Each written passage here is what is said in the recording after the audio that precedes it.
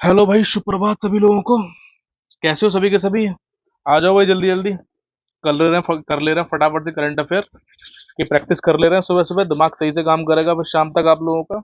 और आगे current affair की प्रैक्टिस में कुछ करना भी नहीं है आपको, सिर्फ 10 क्वेश्चन है, ज़्यादा नहीं है। और आज का सेशन जल्दी खत्म हो जाएगा, छोटे क्वेश्चन है ऐसा लग रहा है मुझे। चलिए, बाकी बताते रहते हैं डेली कुछ ना कुछ। तो यह पार्ट है, हम यहाँ पर हम डेली करंट अफेयर की प्रैक्टिस भी कराते हैं और वीकली करंट अफेयर के क्वेश्चन भी आपको देते हैं। तो चलिए, बिना देरी के आज शुरू करते हैं। भारत के पहले विदेशी अटल नवाचार केंद्र का उद्घाटन कहाँ हुआ है? तो ये हुआ है यूनाइटेड अरब अमीरात के अंदर। कहाँ पर हुआ है? यूनाइटेड अरब अमीरात के अंदर हुआ है। तो ये है यूएई, यूनाइटेड अरब अरब अमीरात, जो कि अबू धाबी, दुबई, इसी के अंदर में आता है दुबई भी। और ये अबू धाबी जो है यूएई की कैपिटल रहती है, और मोस्ट ऑफ द पार्ट जो है इसका यूएई का वो अबू धाबी के अंदर ही है। और जितने भी लग्जरियस जो टाइप है वो सारा का सारा दुबई के अंदर में है। ठीक है। अगला प्रश्न हो जाएगा इसमें, हाल ही में सबसे कम उम्र के ग्रैंड मास्टर कौन बने हैं? कम उम्र के ग्रैंड मास्टर जो बने हैं, अभिमन्यु मिश्रा बने हैं सबसे कम उम्र के ग्रैंड मास्टर, जो कि शायद में भी यूएसए के रहने वाले हैं ये। ठीक है। और 77वें, हाँ, एक और चीज बता रहा था मैं आपको इसमें, जो ये दिव्या देशमुख हैं, ये चौथी फीमेल ग्रैंड मास्टर हैं। ठीक है, ध्यान रखना, चौथी फीमेल ग्रैंड मास्टर। अब तक 4 फीमेल ग्रैंड मास्टर हो चुके हैं, उसमें चौथी ये दिव्या देशमुख भी हैं। ठीक है। और 77वें प्राइम टाइम एमी अवार्ड 2025 का आयोजन कहाँ किया गया है? तो उसका करेक्ट आंसर हो जाएगा यूनाइटेड स्टेट्स ऑफ अमेरिका के अंदर किया गया है। ठीक है, यूएसए के अंदर किया गया है। अब ये 77वें प्राइम टाइम एमी अवार्ड है, ये किस लिए दिए जाते हैं? जैसे हमारे यहाँ पर सोनी कलर्स है ना, जी टीवी है, सोनी है, कलर्स है, वहाँ हमारे जो जो डेली सोप वाले सीरियल चलते हैं उसमें उत्कृष्ट योगदान के लिए कुछ ना कुछ अवार्ड दिए जाते हैं। ऐसे ही यहाँ यूएसए का है ये। यहाँ पर टीवी सीरियल्स में काम करने पर जो उत्कृष्ट योगदान के लिए या फिर कुछ अच्छा काम किया उसके लिए जो अवार्ड दिए जाते हैं वो प्राइम टाइम एमी अवार्ड दिए जाते हैं। ठीक। 77 में जो दिए गए हैं, कहाँ दिए गए हैं? यूएसए के अंदर दिए गए हैं। ठीक है। अब यहाँ की कैपिटल हो जाएगी वॉशिंगटन डीसी। और यहाँ के जो भाई प्रेसिडेंट हो जाएंगे वो हो जाएंगे डोनाल्ड ट्रम्प साहब, जो कि 47वें नंबर के हैं। आपसे डायरेक्टली क्वेश्चन में ये भी पूछा जा सकता है कि कौन से सीक्वेंस के रहने वाले हैं 47वें नंबर के। और जेडी वैंस यहाँ के वाइस प्रेसिडेंट हो जाएंगे, जो कि 50वें नंबर के हैं। ठीक है।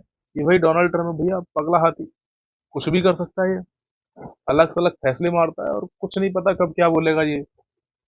वैसे राहुल गांधी बहुत अच्छा कर रहे हैं इस टाइम, उनसे तुलना नहीं करनी चाहिए।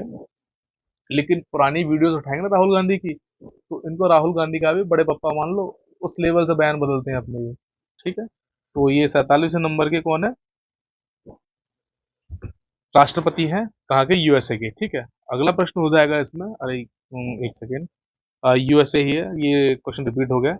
अगला प्रश्न देखते हैं, हाल ही में भारतीय प्रधानमंत्री ने विकसित भारत रोजगार योजना के लिए कितने बजट की घोषणा की है? तो उसका करेक्ट आंसर हो जाने वाला है भाई 99,446 करोड़ की। ठीक है।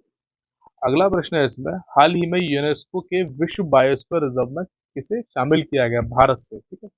भारत से विश्व बायोस्फीयर रिजर्व में किसको शामिल किया गया है? तो ये cold desert of Himachal Pradesh, किसको? Cold desert of Himachal Pradesh को शामिल किया गया है। ठीक है। ये आप लोगों को ध्यान रखना है। अगला प्रश्न है इसमें, भारत के अटॉर्नी जनरल कौन बने हैं? हाल ही में जो भारत के अटॉर्नी जनरल बने हैं वो बने हैं आर वेंकट रमनी। कौन बने हैं? आर वेंकट रमनी। अब इसमें सीपी राधाकृष्णन तो आपको पता ही होगा कौन है। सीपी राधाकृष्णन हमारे अभी वर्तमान के उपराष्ट्रपति हैं, जिन्होंने किसकी जगह ली है? जगदीप धनखड़ की जगह ली है जिन्होंने। ठीक है। और ये भाई सुधांशु त्रिवेदी, ये वही हैं जो डिबेट करते रहते हैं। ठीक है। तो अगला प्रश्न हो जाए, और ये, हाँ, आर वेंकट रमनी है अटॉर्नी जनरल, ये भारत के संविधान के कौन से आर्टिकल में आता है? आर्टिकल 76 के अंदर में आता है। और किस भाग में आता है? ये पार्ट 5 के अंदर आता है, ये ध्यान रखना आप। ठीक है। यही है भाई, आर वेंकट रमनी। अगला प्रश्न हो जाएगा, भारत ने किसे हराकर फाइनल में 9वीं बार एशिया कप का खिताब जीता है? भाई ये क्वेश्चन आया ना आया, पर ये क्वेश्चन पढ़ने के बाद ना आपको अच्छा जरूर फील होने वाला है। ठीक है। तो इसका करेक्ट आंसर, पहले मैं आपको आंसर ही बता दे रहा हूँ, ठीक है, वैसे सबको पता होगा। तो ये है इसका आंसर, पाकिस्तान को हराकर 9वीं बार। भाई लगातार कितनी बार हराया है इनको? हमने 9 बार हराया है। कहाँ पे? एशिया कप में हराया है। ठीक है। इस बार तो जो हमारी भारतीय टीम के कप्तान जो थे सूर्य कुमार यादव, उन्होंने एक डांस भी किया था स्पेशल वाला। आपने मीम में, वीडियोज में अगर मैच देखा होगा तो उसमें आपने देखा होगा, इन्होंने कप नहीं लिया था तो वहाँ एक इमेजिनेटेड कप लेके ये वॉक कर रहे थे, दिखा रहे थे फनी मोमेंट की तरह, वो बड़ा वायरल हुआ था। ठीक। तो भाई हमने 9वीं बार हराया है। सबसे पहले जो स्टार्ट किया गया था क्रिकेट का एशिया कप, जो क्रिकेट से रिलेट करता है, 1984 में स्टार्ट किया गया था। इंडिया इसको 9 बार जीत चुका है अब तक, और ये हर 2 वर्ष बार किया जाता है, या फिर कहीं स्पेशल कोई प्रेफरेंस हो तो वहाँ पर ये इस समय ऊपर नीचे भी हो सकता है, लेकिन मेजरली 2 साल में एक बार ये करा दिया जाता है एशिया कप। हम 9 बार इसको जीत चुके हैं। ठीक। अगला प्रश्न हो जाएगा इसमें, change maker of the year पुरस्कार से किसे सम्मानित किया गया है? किसको change maker of the year पुरस्कार से किसे सम्मानित किया गया है? जो चेंज करने वाला ऑफ द ईयर पुरस्कार सम्मानित किया गया डीआरडीओ। किसको? DRDO, defence research development organisation, इसकी फुल फॉर्म रहने वाली है, इसको दिया गया ये पुरस्कार। तो इसकी जो स्थापना की गई थी डीआरडीओ की, वो की गई थी, एक सेकंड टिक कर देना पहले। तो इसकी स्थापना जो की गई थी वो 1958 में की गई थी, 1958 के अंदर। इसका हेडक्वार्टर कहाँ रहता है भाई? ये नई दिल्ली के अंदर रहता है। हमारी जो भारत की राजधानी है, नई दिल्ली के अंदर रहता है। और इसका जो हेड है वर्तमान में, वो हो जाएंगे डॉक्टर समीर वी कामत, यहाँ के वर्तमान हेड हो जाएंगे। और इम्पोर्टेंट इसकी टैगलाइन रहती है। टैगलाइन का मतलब होता है, इसका मोटो समझ सकते हो आप। टैगलाइन हो जाएगा बलस्य मूलम विज्ञानम। हिंदी में भी मतलब यही है, संस्कृत में भी यही है, और इंग्लिश में भी इसका मतलब यही है, बलस्य मूलम विज्ञानम। तो आपको कंफ्यूजन होने की जरूरत नहीं है, कंफ्यूजन लाने की जरूरत नहीं है दिमाग में कि इसका मतलब इंग्लिश में क्या होगा। इंग्लिश मीडियम वाला कोई अगर देख रहा हो, या फिर संस्कृत में है तो क्या होगा। तो हिंदी हिंदी इंग्लिश संस्कृत सारा सेम है, बलस्य मूलम विज्ञानम इसकी टैगलाइन होती है। ठीक है। आज का आखिरी क्वेश्चन देख ले रहे हैं। मैंने कहा था ना छोटा सेशन है आज का ये। माही बांसवाड़ा परमाणु ऊर्जा परियोजना की क्षमता कितनी है? माही बांसवाड़ा परियोजना की क्षमता की जो हमारी वो कितनी है?